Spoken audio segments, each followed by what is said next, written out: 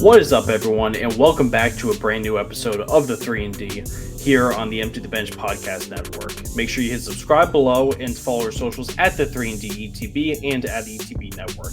On tonight's episode, we got a bunch of trades that went down this past week in the NBA, so we're going to be going over Pascal Siakam headed to the Indiana Pacers, Marvin Bagley headed to the Wizards, some other sad news around the league as Golden State Warriors assistant passed away.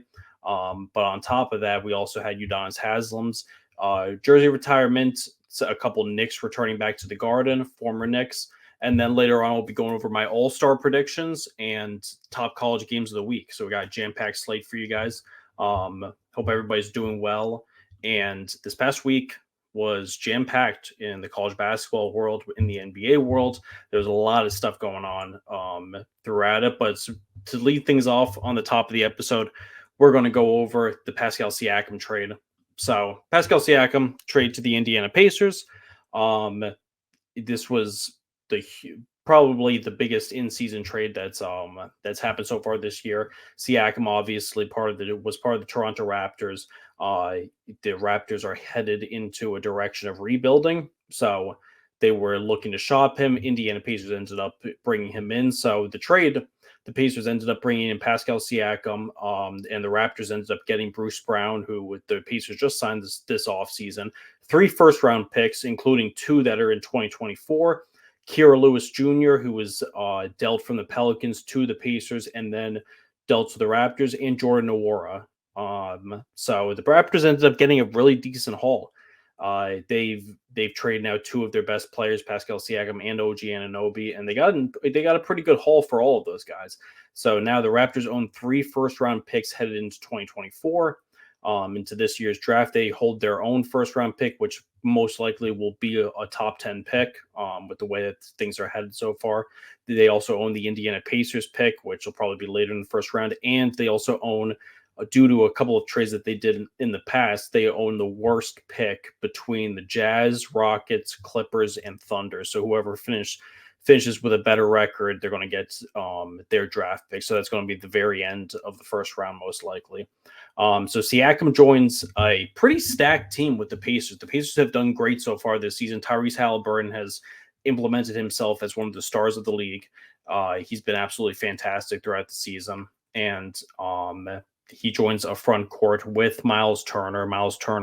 And Siakam are going to be kind of an interesting duo. A lot of people were kind of going over that and wondering if the two of them will fit together. I think that they'll fit pretty decently because Turner is a very good defensive player. Siakam, very good offensive-minded player. And they can kind of work off each other. I mean, Siakam, they're both pretty much centers, but I think Siakam and Turner could go pretty well together. And Siakam made his debut on Friday night for the Indiana Pacers. He had 21 points and 6 rebounds in 34 minutes against the Portland Trailblazers. They ended up losing against the Portland Trailblazers on Friday. So that was Pascal Siakam's debut. And he's now an Indiana Pacer. So it's going to be interesting to see what other trades go down and what other stuff kind of happens throughout the rest of, the regular season. And with the trade deadline fastly approaching, we got All-Star Weekend coming up. We got the trade deadline coming up. So it's going to be interesting. And then more of a lower level trade, the Pistons traded Marvin Bagley III to the Washington Wizards. So this kind of happened over a week ago, but it's interesting to kind of look at. It was kind of a weird trade. The Pistons basically were shedding some cap with this. So the Pistons ended up getting Danilo Gallinari and Mike Muscala from the Washington Wizards in exchange for Marvin Bagley, Isaiah Livers, and 2 second-round picks. So basically, the Pistons sent a couple of young guys and 2 second-rounders to take on contracts for the rest of the season. Gallinari and Muscala are getting paid kind of decent money, and the Wizards accumulated those 2 guys from trades that they made over the summer. But everybody in this trade are all free agents after this year. They're all expiring contracts. Livers, Gallinari, and Muscala are all expiring contracts, except for Marvin Bagley. Marvin Bagley is owed $12.5 million next season. So the Wizards basically took on that contract, and the rest are expiring contracts. So the Wizards add little bit of young depth to their front court, which I think makes things a little bit interesting. Bagley has struggled a bit throughout his career. Obviously, he was supposed to be a top pick, possibly one of the better young big men in the league, and it didn't really work out for him that well. At least so far, he started his career in Sacramento, and then was dealt to the Pistons last season, and was not seeing very much playing time to start the year.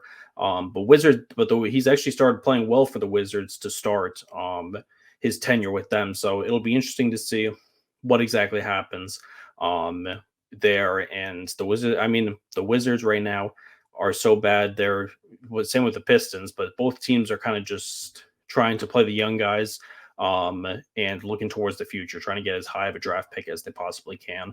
And the Pistons were able to get rid of it. They're barely playing Bagley, so they're able to get rid of his $12.5 million that he's owed next season, and will take on 2 expiring contracts in exchange for that. So makes things rather interesting for the Pistons and the Wizards moving forward. And then some sad news. Warriors assistant coach Dejan Milojevic passed away this past week. So 2 Golden State Warriors games were canceled this week.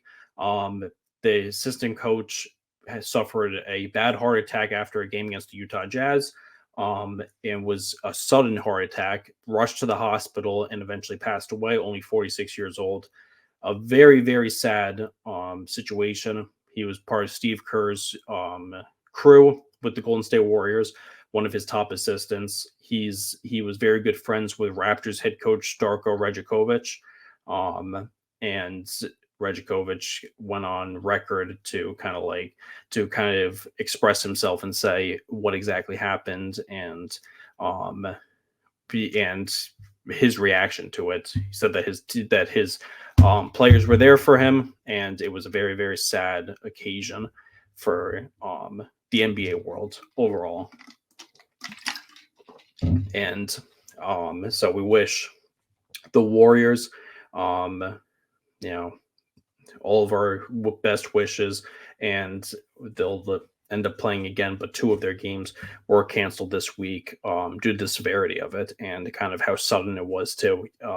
Kind of happened out of the blue, and really goes to show you can't take anything for granted, obviously, in the world. So jumping over from that, we got some interesting news with the New York Knicks this past weekend. So Saturday night, the Knicks took on the Toronto Raptors for the first time since the OG Anunoby trade, and RJ Barrett and Immanuel Quickley made their return to Madison Square Garden for this occasion.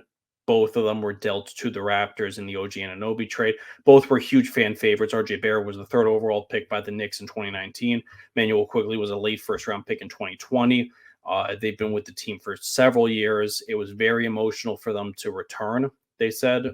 Quickley went on the record to say that he was trying not to cry, and the Knicks gave them a huge ovation.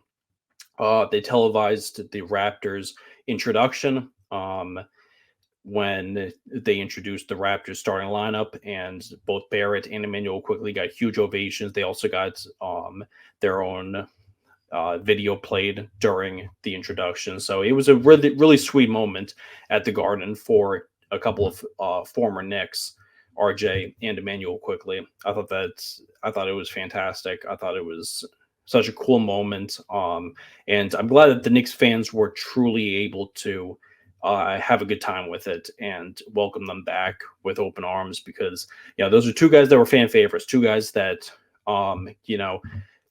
turned the team around. Right around 2019, 2020, Tom Thibodeau came in, and the Knicks have kind of become contenders since then. So it was very, very cool to see that. And I think that both RJ and IQ were huge fan favorites. I loved that they got a nice little standing ovation for all of it. So that was a very cool moment. Then also the Miami Heat retired Udonis Haslem's number 40 jersey. So this did not come as a surprise. Udonis Haslem played his entire career for his hometown Miami Heat. He's a Miami kid, played at the University of Florida, played for his entire career with the Miami Heat. He was on all three of their championship teams dating back to 2006 when they won their first championship against the Dallas Mavericks. And then both the LeBron, D. Wade, and Chris Bosh teams he was also on. And at the beginning of his career, I mean, a lot of NBA fans nowadays remember him as a bench warmer, kind of like a veteran. He was 40 years old last year, only ended up playing like 5 games, came off the bench, was like their last man off the bench. But he was a Heat legend, and they were always going to retire his number. I believe he made an all-star team earlier in his career. He was a very good player at the beginning of his career. He was their starting power forward. And was a very solid player, but as his career kind of went on, he became more of a role player, and then eventually was an end of the bench kind of guy. But the big thing about him was how he was perceived in Miami and by the Heat fans. He was one of their better players, and immediately took a job in the front office once he retired. So this was not at all a shock that they ended up retiring his number 40 jersey. I mean, they were talking about it for a long time before it ended up happening. So this was a really cool moment. Haslem ended up saluting his team and the city as Miami Heat retired his jersey number. And jumping over from that, we're going to take a look at some college basketball takeaways that happened. We'll jump over to college basketball for a little bit and jump into some college basketball takeaways this past weekend. So there's a lot that happened in the college basketball world this past weekend. It was a very, very crazy day on Saturday. A couple of 1-point wins, including Marquette beating St. John's by 1 point, and UConn barely beating Villanova by 1 point as well Saturday night. That was a very insane game. UConn, the number 1 team in the country, obviously this week. Villanova's been a sneaky team this year, and they've had some bad losses. They're not in the top 25 anymore. They've been in and out of the top 25 a couple of times this season, but they ended up they've been giving some teams some fits, and they're a well-coached team. Kyle Neptune has done a very good job with that team since Jay Wright left. And then a couple of upsets also happened. West Virginia knocked off number 3 Kansas. West Virginia has had an abysmal year with Bob Huggins, obviously, leaving during the offseason. And, they don't have a ton of talent on their team, but they were able to knock off Kansas, which was a huge win. Pittsburgh was also able to knock off number 7 Duke, which was another huge win. Duke with another pretty bad loss, honestly. Pittsburgh losing to Pittsburgh was not a great one. Pittsburgh started off the season pretty decently, but they've kind of fallen. They're one of the bottom tier of the ACC right now. So that was a difficult loss. And then Texas beating number 9 Baylor. So Texas has had a weird season. They barely hung on to the top 25 2 weeks ago. They hung in at number 25. Obviously, they lost again, so they fell out of the top 25 this week. But they could very well jump right back into the top 25 this upcoming week after beating number 9 Baylor. Baylor, it was a really bad loss for Baylor. Baylor's going to fall a lot, too, because they lost twice this week. And losing to an unranked team is obviously really bad. And then one interesting one, which I think was probably the biggest headline of Saturday in the college basketball world, UCLA blew a huge lead to number 12 Arizona. UCLA has had a terrible year this year. They don't have a ton of talent. They're not nearly as dominant as they've been in the past, but they got off to a hot start against Arizona this on Saturday, and Arizona's a dynamic team, number 12 in the country. Caleb Love and all the rest of the guys, but Arizona was able to fight back in the second half and able to beat UCLA. That would have been a huge win for UCLA, for not only a team that has underperformed this year, but also for the team's ego as well, and being able to kind of move forward and establish at least a big win in the final year of the Pac-12. But the UCLA has not played well at all this year. They don't have a ton of talent, but they were not able to hold on. Arizona was able to beat them pretty much in the final minutes. They they ended up, I think they started off with a 20-point lead or so in the first half and ended up blowing it. And then the final headline of Saturday's games too, Zvonimir Ivicic of Kentucky made his debut. So he's a foreign big man who did not have college eligibility. The NCAA did not allow him to start the season with Kentucky, but they finally accepted his waiver claim, and he played in his debut on Saturday and played fantastic. And this guy was an NBA prospect even before playing a game in college basketball. You might, if you would pay attention to mock drafts and all that kind of stuff, you probably saw his name in a few second rounds without even ever playing a game in college basketball. But this is exactly why he was popping up in some mock drafts before even ever playing a game. He ended up having 13 points, 5 rebounds, and 2 blocks in 16 minutes. He's 7'2". He ended up hitting 4 threes and had an overall fantastic game, 3 threes, I should say. He made a few amazing passes as well, some behind the back passes. He can dribble, he can do a lot of stuff. So this guy's the real deal. And if now that he's got his waiver and will be able to play for the rest of the season, that's a huge plus for Kentucky. They already have a stacked front court. They have a lot of talent in their front court. And just adding this guy is going to end up being huge when it comes March Madness time. And he can very well jump into like the first round of this upcoming draft as well. He's a big NBA prospect. A lot of scouts are big on him. Think that he can mold well into the NBA game. So those are a few takeaways from Saturday's college basketball games. It's a lot of interesting stuff happened, a bunch of upsets, but that's been happening all year. I mean, a week or two ago, I think we saw all of the top 6 teams lost one week. There's been a lot of upsets, a lot of interesting stuff that's happened all throughout the week. So that's the main stuff that has gone on. And jumping over from that, we'll jump back into the NBA. The NBA All-Star Game is almost about to go down. The rosters are going to be set very soon. So with all that being said, I have my 2024 NBA All-Star roster predictions. The final fan vote came out and showed who will most likely be the starters in the All-Star Game. First in the Eastern Conference. As of right now, Giannis Antetokounmpo, Joel Embiid, and Jason Tatum are all the leading vote getters to be in the front court, to be the starting front court. I expect that to remain the same. Obviously, when they do predict it, they take a mix of the fan vote and the coaches vote. But those 3 guys have been the best front court players in the Eastern Conference throughout the entire season.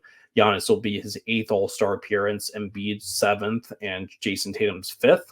And then in the backcourt, Tyrese Halliburton obviously has had a spectacular year. Is an MVP.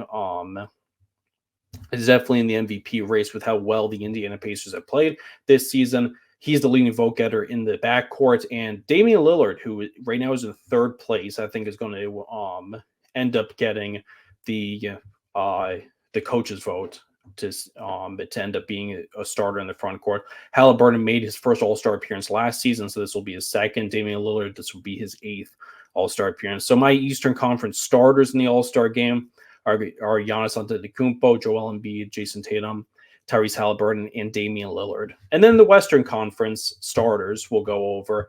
The front court is pretty much set as well. The leading vote getters are Nikola Jokic, Kevin Durant, and LeBron James. That will most likely stay the same. I can't imagine that really changing very much. And then in the backcourt, Luka Doncic right now and Steph Curry are the 2 leading vote getters. I don't think Steph Curry is going to end up starting. I think the coaches vote and the players vote are going to end up putting Shai Gilgeous-Alexander in the starters along with Luka. So for the Western Conference stars, I have Nikola Jokic making his 6th All-Star appearance, Kevin Durant making his 14th, LeBron James making his 20th All-Star appearance, so he will tie Kareem Abdul-Jabbar, I believe, with the most All-Star appearances in NBA history.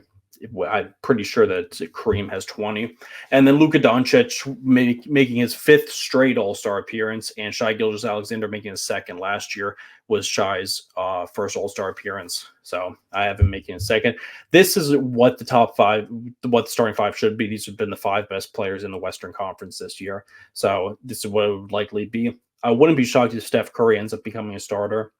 If you haven't seen already, the last few years, they've been doing the fantasy draft, and they've been doing Team LeBron versus Team Durant, all that kind of stuff. It will most likely go back to the East versus West this season for the NBA All-Star Game, which I think is a much better format. I think most NBA fans would agree with that the whole fantasy draft, or whatever they want to call it, was kind of getting annoying. I mean, most NBA fans don't watch the All-Star Game anyway. I think it's more just interesting to see who gets the nods and who ends up getting snubbed. Those are always definitely fun to see and interesting to see who ends up making it. But to be honest with you, I don't pay too much attention to the actual All-Star Game. Don't really watch it very much. So, and a lot of NBA fans would jump in with that. And then for the Eastern Conference bench, I think it's going to be very interesting. There's a bunch of guys who could end up making it.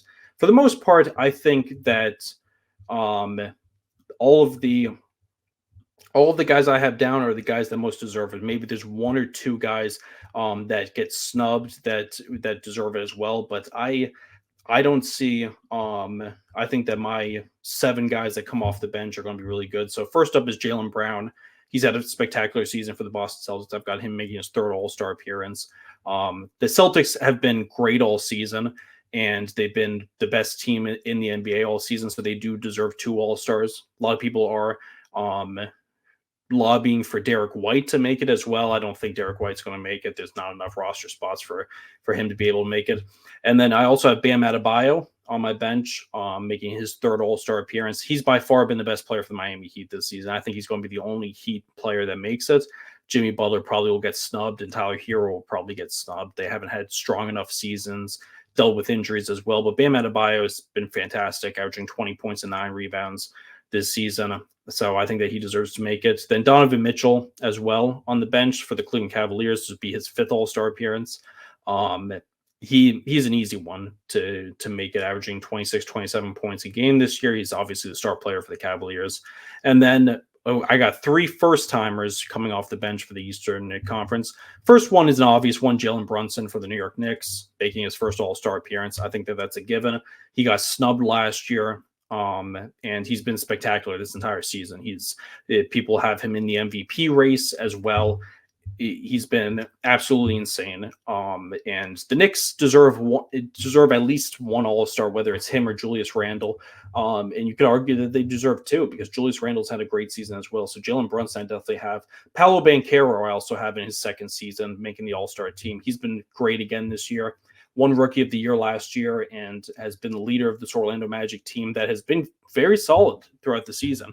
They got off to a very hot start and have been able to keep the pressure on, to be completely honest. So Banchero I have making his 1st All-Star appearance. And then Tyrese Maxey I also have making his 1st All-Star appearance from the Philadelphia 76ers. Him and Joel Embiid will be the 2 Sixers that end up making it. I mean, Tyrese Maxey I think is a given. He definitely has to make it.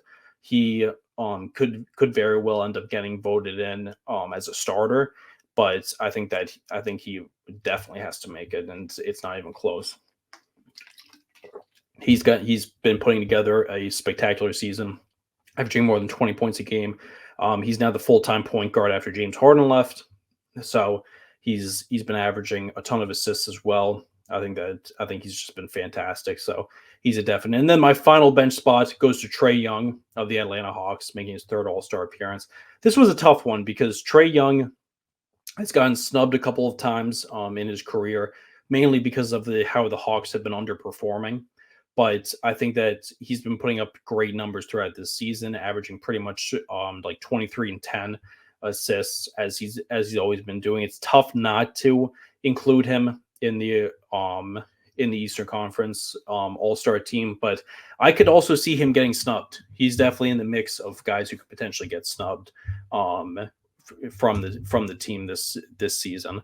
So my bench is Jaylen Brown, Bam Adebayo, Donovan Mitchell, Jalen Brunson, Paolo Banchero, Tyrese Maxey, and Trae Young, which means a few snubs that I have. Julius Randle, I have ending up missing it just because there's not enough spots. I think that it would be awesome if both Brunson and Randle can make it, but they rarely ever take even one Knick, let alone two Knicks.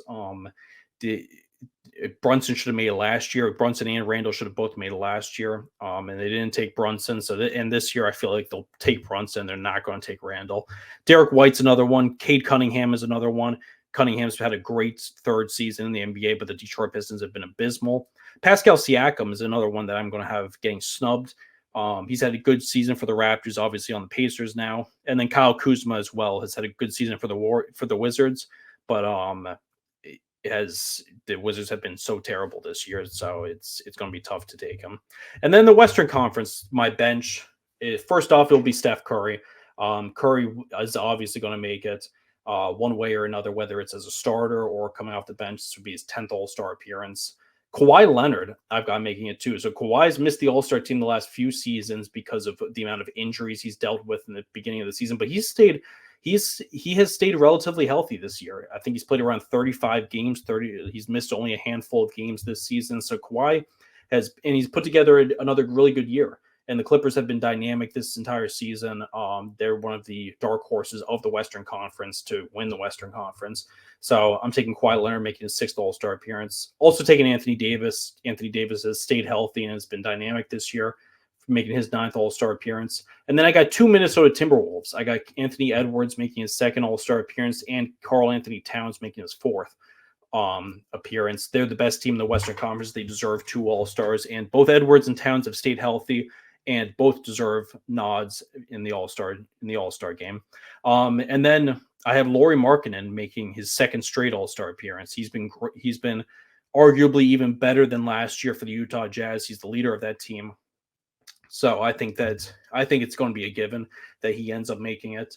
And then the final spot is a very tough one because there's in the Eastern Conference, there wasn't that many guys that I snubbed that I feel like are really deserving. The Western Conference, there's a handful of guys that are not going to be able to make it just because there's not enough spots, but truly deserve to make it. The last All-Star spot I have going to Devin Booker. He didn't end up making the last year. I think he's going to end up making it this year for his 4th All-Star appearance. I think that he's had a spectacular year. Him and Kevin Durant will be the 2 Phoenix Suns. The Suns have underperformed all season, though. That's the only problem why it may be difficult to take 2 Suns. Kevin Durant's obviously going to make it. He'll probably be a starter, but I've got Devin Booker coming off the bench, and that means that a few of the snubs that I have, Chet Holmgren in his rookie year, Victor Wembanyama in his rookie year, both of those guys, you can make a strong case that they deserve to be All-Stars. 2 Sacramento Kings, too, De'Aaron Fox and Domantas Sabonis. The Kings have been good again this season. Both of those guys have put up all-star numbers. There's just not enough room for both of them like there was last year. Both of them ended up making it last year. I just don't think I have neither of them making it, but I think there could be a good chance that one of them makes it. I feel like De'Aaron Fox might make it. But it's just tough because who are you going to take out? I feel like you'd probably have to take out Devin Booker if you're going to take De'Aaron Fox. Alperen Şengün is another one too. He's had a fantastic year for the Rockets. Rockets just have underperformed. And Kyrie Irving as well. Kyrie Irving has also had a good year for the Mavericks. He's stayed relatively healthy throughout the season. So he's definitely a snub. I don't think there's much of a chance that he's going to make it just because there's just not enough room for him. So again, my Western Conference bench is Steph Curry, Kawhi Leonard, Anthony Davis, Anthony Edwards, Karl Anthony Towns, Lauri Markkanen, and Devin Booker. And jumping over from that, we're going to jump right back into college basketball to go over the top college games of the week. So coming up this week, we got a pretty solid slate of college games. Not as stacked as it was this past week, but we have some good games. Leading off the bunch is going to be Tuesday night at 7:00. We have Texas, who is currently unranked, but could potentially become ranked this week after their big win against Baylor. Add number 15 Oklahoma, who ended up having 2 good wins after falling a bit this week. Texas is 13-5 on the season. They're 2-3 in conference play in the Big 12. They had 2 wins this week, though. They beat UCF and they beat Baylor.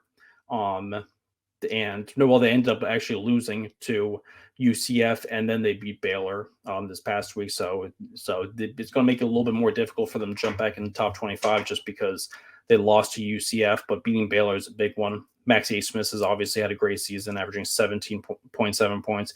And Tyrese Hunter had the game winner for Texas to beat Baylor on Saturday. He ended up making a layup at the buzzer to beat them. So he's also had a fantastic year. And then Oklahoma has been great all season. They're 15-3 on the year. They're 3-2 in conference play. They beat West Virginia and Cincinnati this week, which are 2 pretty solid wins. So they're going to stay right around 15 in the top 25. Javian McCollum has been great this year, averaging 15 and 4 assists. Otega Oweh averaging 14.1 points, 4.4 rebounds, and 1.9 steals as well.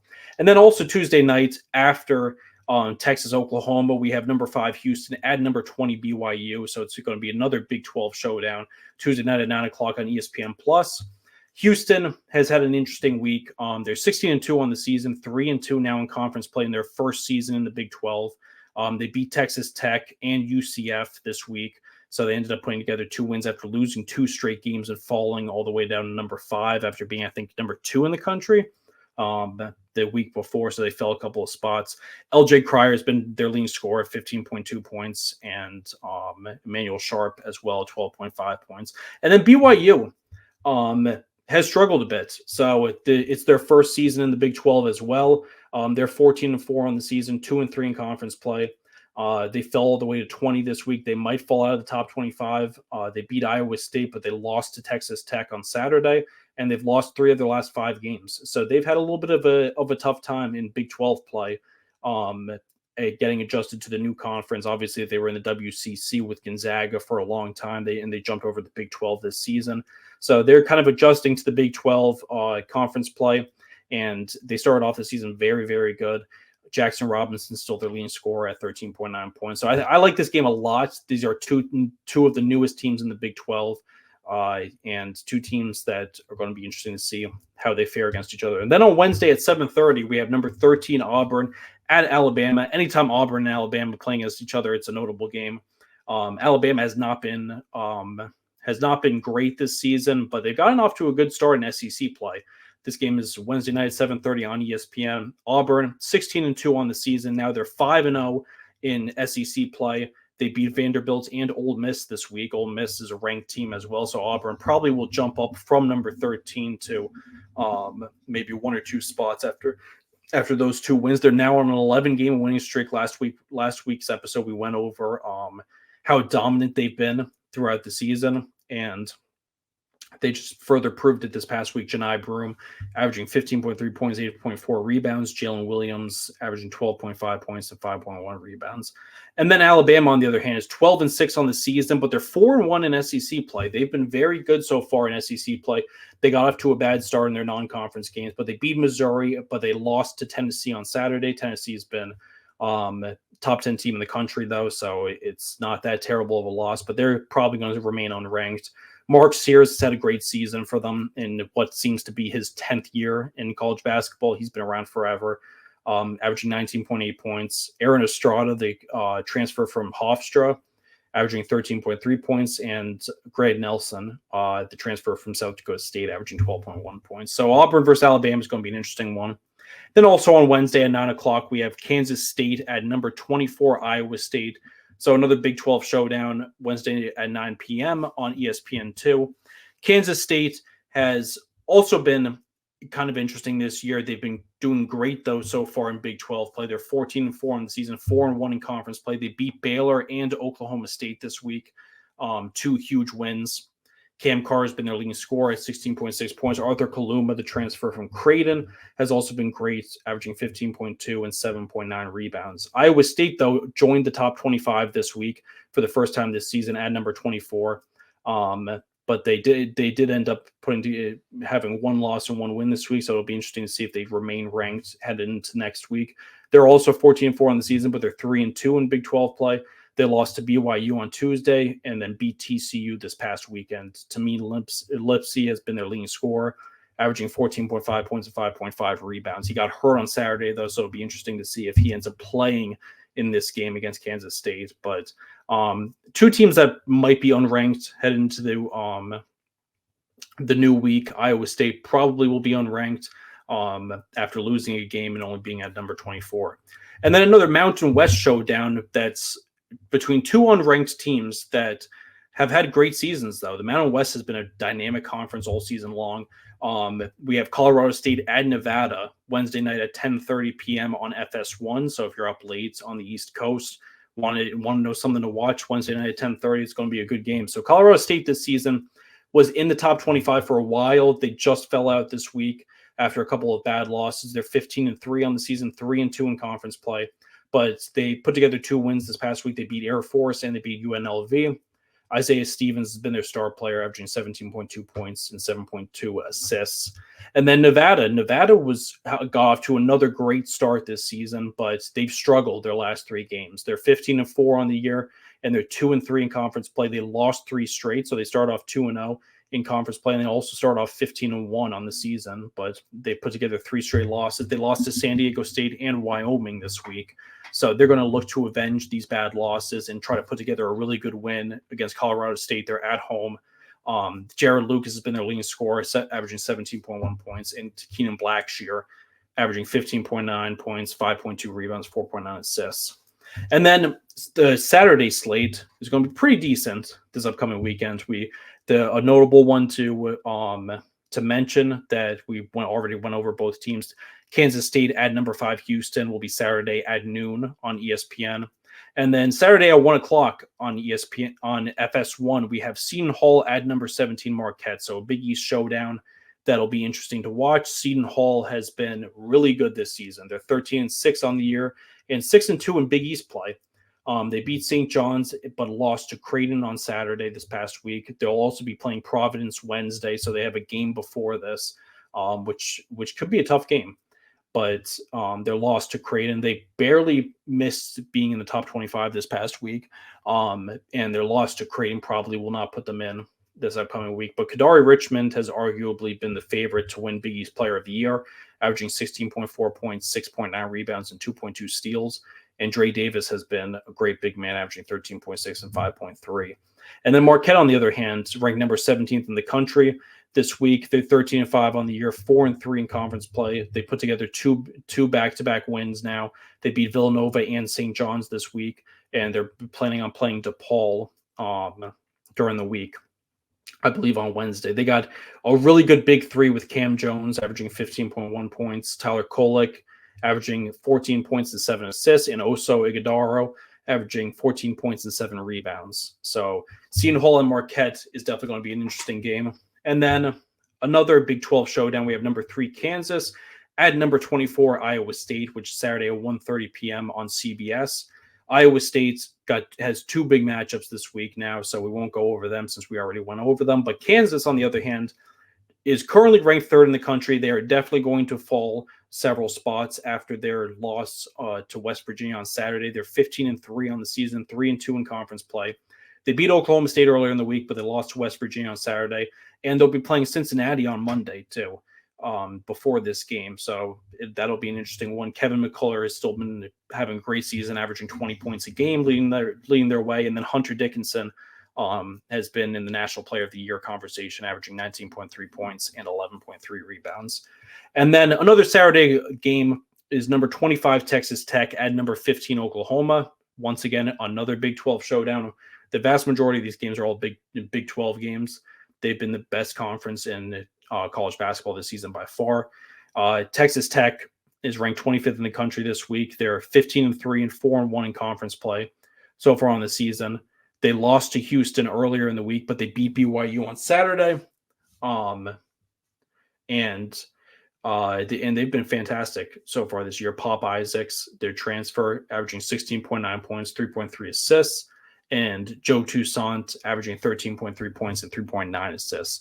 And then the final game, to recap, we have number 19 TCU at number 9 Baylor, Saturday at 4 o'clock p.m. on ESPN2. So TCU has been off to a really good start this season. They jumped into the top 25 for the second straight week this past week, but they will most likely fall out of the top 25 after this week because they had two losses. They lost to both Cincinnati and Iowa State this week, so they dropped down to 2-3 in conference play. They also play Oklahoma State on Tuesday, so they'll be playing somebody before this game. Emmanuel Miller has had a great season, averaging 16.3 points, 5.7 rebounds. Jameer Nelson Jr., transfer from Delaware, has also had a great year, averaging 2.4 steals, and Micah Peavy as well. And Baylor is another team that's going to fall a lot this week. So TCU might fall. Both these teams, it's a 19 versus number 9 game right now, but this is probably going to be an unranked versus a teens team headed into this week, because Baylor is number 9 in the country, but they lost 2 games this past week to both Kansas State and Texas. Both good teams, but when you're number 9 in the country, those 2 losses are going to make you fall a bit. So they're 14-4 now in the season, 3-2 in conference play. Those were their first 2 losses in Big 12 play. Their big player has been Jacoby Walter, who is a projected lottery pick in the upcoming NBA draft. He's had a fantastic freshman year, averaging 15.2 points and 4.6 rebounds. So those are going to be the top games of the week of the college basketball season. Heading into this week, not nearly as many star games as we're accustomed to, but still a pretty good slate that I'm honestly really looking forward to. Well, that'll do it for another episode of the 3&D. I want to thank everyone for tuning into the Empty the Bench podcast network for another episode. Once again, make sure you like and subscribe to this channel and follow the social at the 3&D ETB. We also want to introduce WolfSpreads, who is now a partner of the Empty the Bench podcast network. We'll be doing some more stuff with them and implementing more of a betting profile into the episodes in the upcoming week. So we're definitely very excited to be doing that. Go check out WolfSpreads. They're the daily app where you can compete with your friends in parlays and any type of betting without having to spend your own money. So we'll be putting out content all week as well, in case you missed the entire episode. Hope everyone has a great night, and make sure to like and subscribe to Empty the Bench on YouTube, Facebook, Twitter, and Instagram.